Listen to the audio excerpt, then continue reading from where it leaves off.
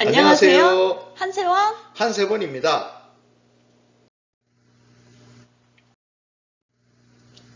세원씨, 만일 우리나라가 다른 국가와 전쟁을 치러야 한다면 전쟁에 참여하는 우리나라 사람들은 어떤 이유로 전쟁에 참여한다고 생각하나요?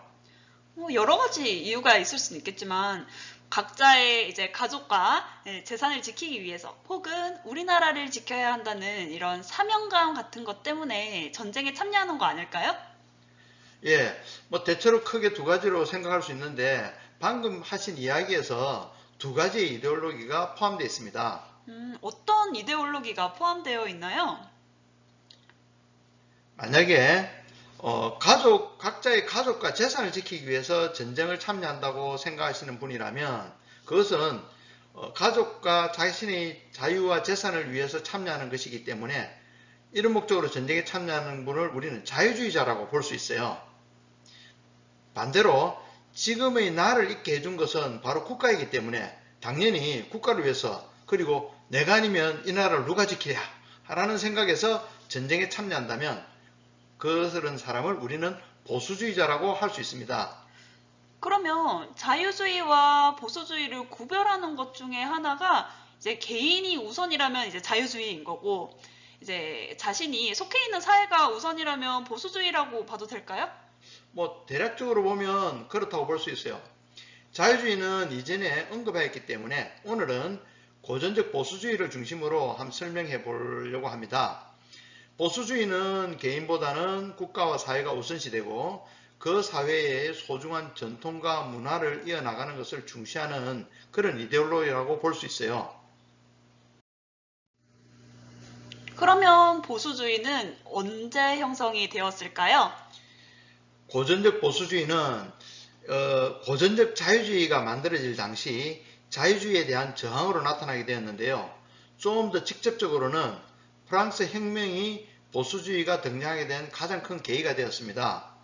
그러면 자유주의의 영향을 받아서 프랑스 혁명이 일어났을 때 기존의 기득권 세력에서 자유주의에 반발해서 보수주의가 생겼다는 말일까요? 맞습니다. 프랑스 혁명에서 보여준 정치 체제의 급속한 변화, 그리고 그에 따른 인명의 살상, 사회 혼란상, 이런 것들이 보수주의가 등장하게 되는 정당성을 부여하였다고 보면 될 것 같아요. 이런 혁명이 유럽 전체로 혹시 퍼져나갈 수 있다는 불안감이 확산되면서 기득권들이 혁명에 반대하는 행태로 나타났어요.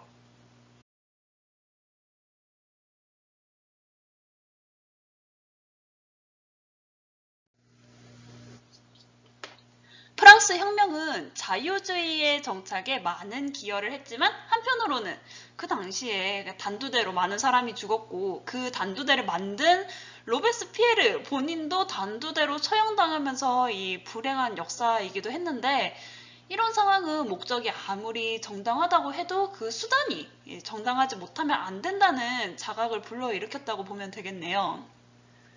맞습니다.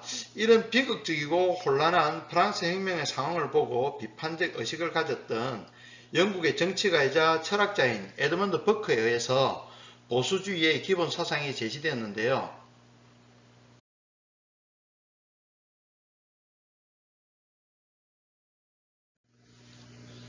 보수적이라는 말은 보통 사람의 성격이나 태도에서도 이제 사용되잖아요. 맞습니다. 개인의 심리적인 태도로서의 보수주의와 정치적 이데올로기로서의 보수주의는 사실 구분됩니다. 그렇지만 사실 인간의 심리적 태도로서의 보수적 성향이 정치적 이데올로기로서의 보수주의를 선택하는 것에 영향을 미칠 수 있다고는 볼 수 있습니다. 자유주의에 대항해서 나온 보수주의는 주로 기득권 세력이 주장했던 이데올로기로 보이는데요. 이런 보수주의는 좀 수구적이라고도 볼 수 있을 것 같아요. 맞습니다. 보수주의가 처음에는 기득권을 가진 봉건 귀족계급에서 주장하였지만 봉건 귀족계급이 붕괴되고 난 그 공화정이 이루어진 후에도 보수주의자들은 계속 있었습니다. 근데 그 뒤에 나온 보수주의자들은 단순히 변화하는 현실을 되돌리려고 하는 기득권을 가진 자들이 아니라 정치, 경제적 지위에 관계없이 기존의 전통과 관습을 중시하고 또 지키도록 노력하면서 급진적인 변화에 따른 혼란을 줄이려고 했던 그런 사람들을 보수주의자라고 하는 것이죠. 보수주의가 이 초기 귀족적 보수주의에서 자유주의 체제에서 새로운 보수주의로 바뀌어 나갔다는 점이 이 보수주의의 특성을 감안을 하면 좀 예상 밖의 태도인 거잖아요. 그리고 이런 방식으로라도 또 사회에 긍정적인 영향을 미치려고 했던 이런 보수주의의 전향적인 자세는 보수주의의 장점 중에 하나라고 인정해야 될 것 같아요. 맞습니다. 이 보수주의라고 해서 언제나 변화를 싫어하는 것은 아닙니다. 단지 변화에 대해 신중하게 접근해야 한다는 입장이지요. 그러면 보수주의 입장에서는 자유주의의 어떤 면을 비판했을까요? 보수주의는 자유주의가 인간의 이성을 너무 폭넓게 인정한다고 주장하였어요. 사실 인간은 이성적인 존재이기도 하지만 불합리한 면도 많아서 비이성적인 충동이나 열정으로 사회의 혼란이 올 수 있는데요. 자유주의의 그런 부작용을 극적으로 나타낸 것이 프랑스 혁명에서 나타난 폭력성과 혼란상이라고 생각했어요. 사실 자유주의가 추구하고자 하는 이상적인 목표를 향해서 너무 급하게 진행되다 보니까 부작용이 좀 컸다는 거는 사실이잖아요. 그것보다 그치만 더 부작용이 심했던 이유는 이 역사적인 흐름이 종종 예기치 않은 방향으로 흘러가는 것 때문이 아닐까요? 맞습니다. 그렇기 때문에 보수주의자들은 자유주의가 추구하는 추상적이고 이상적인 것보다는 보다 구체적이고 현실적인 것을 추구하자고 주장했죠. 보수주의자는 혹시 어떤 이유로 오랜 세월 동안 발전시켜온 전통이나 도덕, 제도들이 지켜져야 되고 또 그것이 다음 세대로 이어져야 한다고 믿는 걸까요? 보수주의자들은 오랜 세월 발전시켜온 전통이나 도덕 혹 제도들이 급진적 변화에 따른 사회 혼란을 막아주는 안전판이라고 여기기 때문입니다.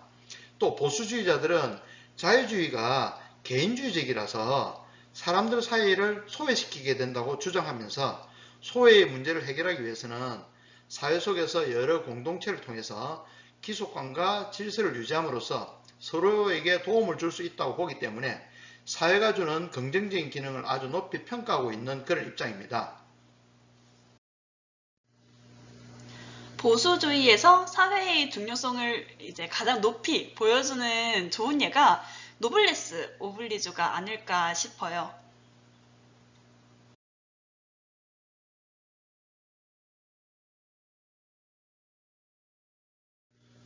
맞습니다. 노블리스 오블리주는 높은 지위에 있는 사람은 당연히 그에 걸맞게 사회에 기여하는 바가 더욱 커야 한다는 보수주의적 사고가 일치하고 있어요.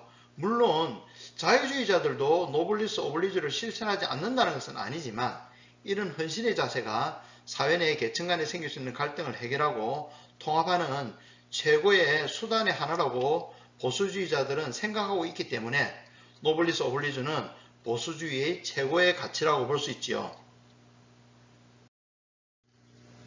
자유주의가 우리에게 자유와 민주주의를 줬지만 그 나름의 단점과 좀 문제점이 있잖아요. 그러면 보수주의의 문제점은 어떤 것이 있을까요?